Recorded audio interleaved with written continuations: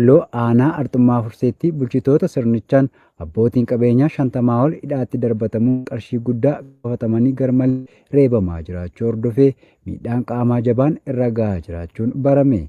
Jaalwabii biyyaa waan qindeeffate qaba. Kaaba Oromiyaa godina Walloo aanaa Arxummaa Furseetti bulchaan magaalaa Qiciicoo Ahimad Imaam jedhamu muddee 2025 jaleewwan isaa waliin ta'uun magaalaa Qiciicoo keessa naanna'anii abbootii qabeenyaa magaalichaa warroota dukkaanaa mana nyaataa fi baabura midhaan daakuu qaban kan baay'inaan 50 ol ta'an akka waan isaan yakka dalaganitti itti marsanii qabuun barameera. Abbootiin qabeenyaa magaalichaa bulchaa bilisiginnaa magaalaa Qiciicoon reebichi suukanneessuun irratti raawwatamee ukkaanfaman kan baay'inni isaanii 50 ol ta'e kana keessaa muraasni maqaa arganne Kamal Ahmad Daid, Muhammad Hasan Tarree, Hasan Muusoo, Hussein Umaraa, Ahmad Nasirii fi Ahmad Tuutoo kanneen jedhaman hoggaa ta'u namoonni kunneen reebicha ulfaataa irra ga'een yeroo ammaa haalli fayyummaa isaanii yaaddessaa ta'uu ilaalchise namoonni danuun laafanii hoggaa fuula mana yaalaatti geeffamanii yaalamaa akka jiranis jiraattonni eeraniiru. Akka jiraattonni magaalaa Qiciicoo dubbisne jedhanitti bulchaan bilisiginnaa magaalaa Qiciicoo kun namoota kanneen yakka tokko malee ergaa mana isaanii keessaa ukkaamsee booda ooyiruu isaa iddoo sukkaa'ee jedhamuun dhaqee tokkoon keessan dafaa qawwee nuuf bitaa yoo qawwee hin binne ammoo maallaqa gurguddaa nuuf kaffaltanii gara mana keessanitti deebitu kanneen gootan taanaan tarkaanfiin nuti fudhannu waan laaftu miti jedhee itti dhaadachuu himu. Boodarra osoo abbootiin qabeenyaa kun carraa dubbachuu hin argatin osoo lubbuu isaanii oolfachuuf qawwee ni binnaa fi qarshii jedhame kaffalla hin jedhin milishoota waliin uleen keessa fiiganii namoota kanneen reebuun yeroo ammaa miidhaa qaamaaf qalbii guddaa irraan ga'anii iraarsaa jiraachuu Waraanni Biyyoolessa Oromiyaa odeeffateera. Godina Horroo Guduruu Wallaggaa aanaa Jimmaa Gannatii keessatti waraanni PP reebichaa fi saamicha ulfaataa uummata irratti raawwachaa jiraachuun himame.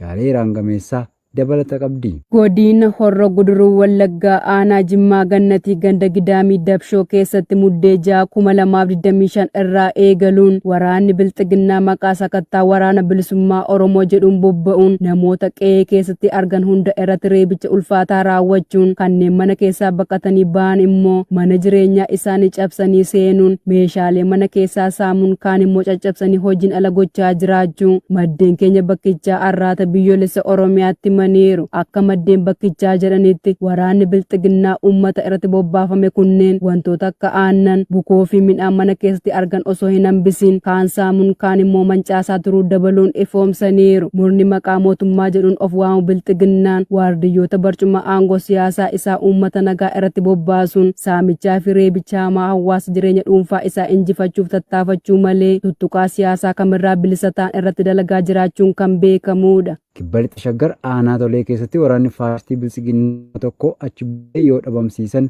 hawaasa irrattis dararaa raawwachaa jiraachuun ibsame.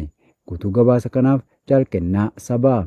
Godina Kibba Lixa Shaggar aanaa Toleetti jiraata ganda Tummee Waayyuu kan ta'e namni maqaan isaa Cawwaaqaa Warquu jedhamu baatii darbe gaafa sadaasa 12,2025 mana maatii isaatii qabamuun hanga yeroo gabaasni kun qindaa'etti as buuteen isaa dhabamsiifamee jiraachuu jiraattonni gandichaa Arraata Biyyoolessa Oromiyaatti himaniiru. Namni kun hanga ammaatti jiraachuu fi du'uun isaa wanti adda baafame dhibuun maatii fi hawaasni gandichaa cufti gaddaa fi karaa ilaalaa akka hafan taasiseera jedhu jiraattonni gandichaa ONM dubbise.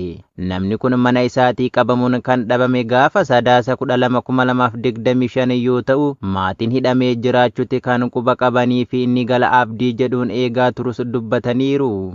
Garuu qorannoo dhiyeenya kana maatiin isaa manneen hidhaa naannichaa irra deemanii taasisaniin achi keessaa dhabamuu fi eessa akka geeffames qaamni maatii kanaaf deebii quubsaa kennu hin turre jedhu jiraattonni gandichaa. Akka jiraattonni dubbisne himanitti jiraatan waraana maafiyaa biltsiginnaan qabamuun dhabamsiifame kun hojii idilee isaa irratti bobba'uun ofii fi maatii isaa jiraachisuuf kan carraaqu malee hidhata qaama siyaasa kamiiyyuu irraa bilisa ta'us sababa oromummaa isaa qofaaf yakkamee dhabamsiifamuu addeessaniiru.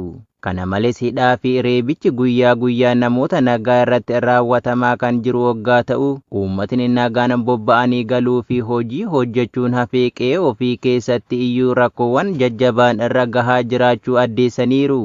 Gama biraatiin immoo dargaggoota humna oomishaa akkasumas egeree maatii fi biyyaa ta'an daandii fi bakkeewwan hojii isaaniitii akkasumas manneen amantaa keessa adamsuun afaan qawween sodaachisanii qabanii gara dirree waraanatti guuraa jiraachuu jiraattonni dabaluun ifoomsaniiru. Hojjettoonni siviilii fi waraanaa humna qilleensa Impaayera Itoophiyaa hojii idilee ogummaa isaaniirraa ugguramuun dhaabbaticha komatan. Gabaasa qindaa'eef Jaal Yaadannoo Oromiyaa. Hojjettoonni siivilii fi waraanaa humna qilleensaa Impaayera Itoophiyaa hojii idilee ogummaa isaanii irraa ugguramanii akka jiran arraata biyyoolessa Oromiyaatti himan. Dhaabbanni humna qilleensaa Impaayera Itoophiyaa magaalaa Bishooftuu keessatti qonnaan bultoota hedduu beenyaa tokko malee buqqisuun mootummoonni abbaa irree ilmaan Oromoo hacuucan dantaa isaanii guuttachuuf kan hundeessan yoo ta'u, har'as garee saamtota PPT'n itti fufee jiraatullee gochi baratamaa hin taane hojjettoota dhaabbatichaa siivilii fi waraana ogummaa qaban irratti dalagamaa akka jiru hojjettoonni achi keessa jiran ONM feeraniiru. Humni qilleensaa kun humna namoota baratee siivilii fi waraana ogummaa adda addaa kanneen qaban siiviloota dhaabbata barnoota olaanoo irraa ogummaa injiineriingii elektirikaalii, makaanikaalii, elektirooniksii, makaaniksii waliigalaa fi kanneen biroon ogummaa qaban yoo ta'u, waraanni ogummaan achi keessa hojjetan injiineriingii waraanaa kanneen akka Bishooftuu, Xooraayilooj, Baahirdaar irraa kanneen ba'anii fi pooliiteeknikii waraanaa Hoolotaatti argamuu fi bakkeewwan biroo irraa ba'an ogummaa qabaniin hojii suphaa meeyinteeyinansii fi meeshaalee alaa galan asseembil gochuun xiyyaarota garaa garaa kan biyyoonni lixaa oomishanii fi diroonii moodela adda addaa keessaayyuu Yuunaayitid Arab Emireetii fi Turkii kan ta'an kutaalee garaa garaa kanneen akka raadarii, quunnamtii, baallee sochootuu, rooterii wiing, baallee dhaabbataa, fiiksidi wiing, aviyooniksii, paawar pilaant, kutaa kallattii neevigeeshin ruum keessatti ramadamanii hojii ogummaa isaanii fayyadamuun xiyyaarota waraanaa kan lolaa fi geejjibaa kanneen akka MiG-23,